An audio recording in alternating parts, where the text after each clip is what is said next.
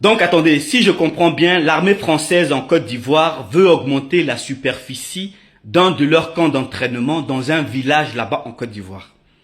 Comme si cela ne suffisait pas, non seulement vous occupez déjà plusieurs bases militaires en Côte d'Ivoire, mais maintenant vous voulez augmenter la superficie d'un de votre camp pour le faire passer de 25 km² à 78 km².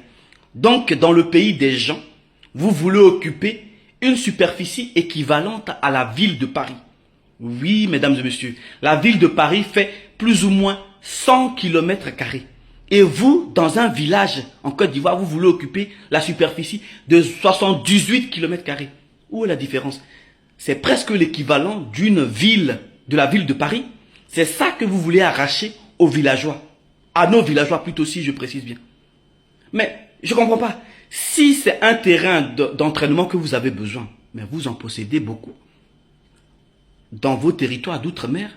D'autant plus qu'on pourrait ici se dire qu'en Côte d'Ivoire, vous avez besoin d'un climat tropical.